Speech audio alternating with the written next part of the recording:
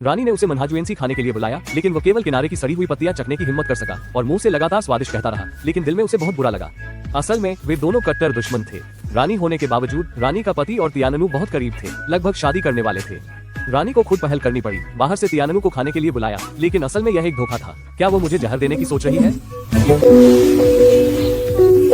तियाननु भी बहुत चतुर थी, जानती थी कि रानी के इरादे अच्छे नहीं हैं, इसलिए सुरक्षा के लिए हर छोटी बात का ध्यान रखना पड़ा और उसका चेहरा हरा पड़ गया।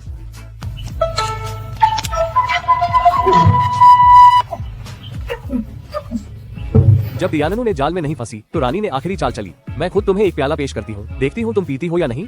तियाननु ने शराब का प्याला थाम रखा था और सोच रही थी कि कैसे इसे गिरा दे बिना किसी को नुकसान पहुंचाए, लेकिन रानी इंतजार नहीं कर सकी और खुद ही गिरकर बेहोश होने का नाटक किया। तब तियाननु को समझ में आया, वाह रानी, तुम सच में चालाक हो। दूसरी महिला जहर खा चुकी है। तियाननु ने दूसरी महिला को जहर दे दिया। कोई है? तियाननु ने दूसरी महिला को जहर दे दिया। ऐसी चालें भी चल सकती हैं। इंसान की योजना भगवान की योजना से कम है। मैंने तुम्हें कम आका। तियाननु को राजा के सामने लाया गया। गुरु ने दबाव डाला। राजा से तियाननु को सजा देने की मांग की ताकि अपनी बेटी के लिए न्याय मिल सके। राजा उसे बचाना चाहता था, लेकिन गुरु ने तियाननु को नहीं छोड़ा। राजा समझ गया कि गुरु निर्दयी है। अगर तियाननु को उसके हवाले कर दिया तो उसकी जान बचना मुश्किल है। मजबूरन राजा ने आदेश दिया कि तियाननु को गिरफ्तार कर लिया जाए। जेल ही अब सबसे सुरक्षित है। वाह युवान, तुम सच में एक बड़े धोखेबाज हो। ली वान को जब पता चला कि तियाननु को गिरफ्तार कर लिया गया है तो वह चिंतित होकर गुरु के पास गया और तियाननु को छोड़ने की विनती की, लेकिन गुरु ने हद कर दी। ली वान से घुटने टेकने की मांग की।